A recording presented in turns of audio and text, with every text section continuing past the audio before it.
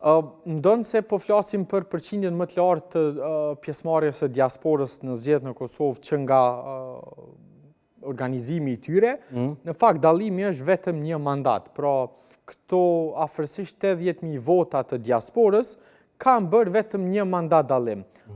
I është shtuar një mandat lëvizjes vetëvendosje krahasuar me numrin e mandateve të parashikuara me votat në Kosovë, pa i llogaritur ato jashtë vendit. Mandat këtë cilin lëvizja vetëvendosje ka fituar në raport me PDK-n, e cila ka pasur një performancë jashtëzakonisht të dobët në kuadër të votimit jashtë vendit, pra si në ambasada ashtu edhe në votimin me post, me këto të dyja të cilat ka pasur respektivisht 3 apo 2 fish më pak vota sa që ka pasur në Kosovë.